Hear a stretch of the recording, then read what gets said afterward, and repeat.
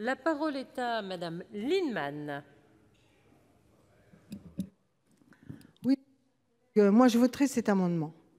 Je le voterai en ayant conscience que ça ne règle pas les problèmes essentiels, à savoir l'état des petites retraites en France. Et en particulier celui des retraites des agriculteurs, qui est indigne pour une large part au regard des efforts qu'ils ont fournis pour la nation et dans leur travail. Nous avions déposé un amendement, je vous rappelle hier, pour essayer d'avoir des recettes supplémentaires avec une cotisation assimilable à la CSG supplémentaire pour les profits, les bénéfices et dividendes qui ont été versés aux grandes multinationales françaises. On ne va pas revenir sur ce débat.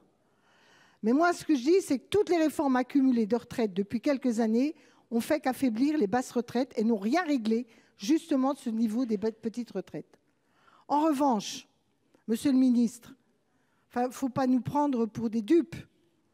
La réforme que vous voulez faire n'est pas une réforme qui va garantir un niveau correct de retraite à la plupart de nos concitoyens dans l'avenir.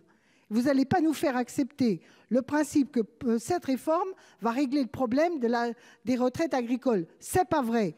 Globalement, quand on dépense pas la même, quand on a la même somme et qu'on va la diviser entre un nombre croissant de retraités, on sera de toute façon devant des reculades. Donc oui, nous exigeons une revalorisation des petites retraites. Oui, nous attendons une revalorisation des retraites agricoles et notamment des petites retraites agricoles et la prise en compte des conjoints. Mais en tout cas, il doit y avoir un signal politique de ce Sénat.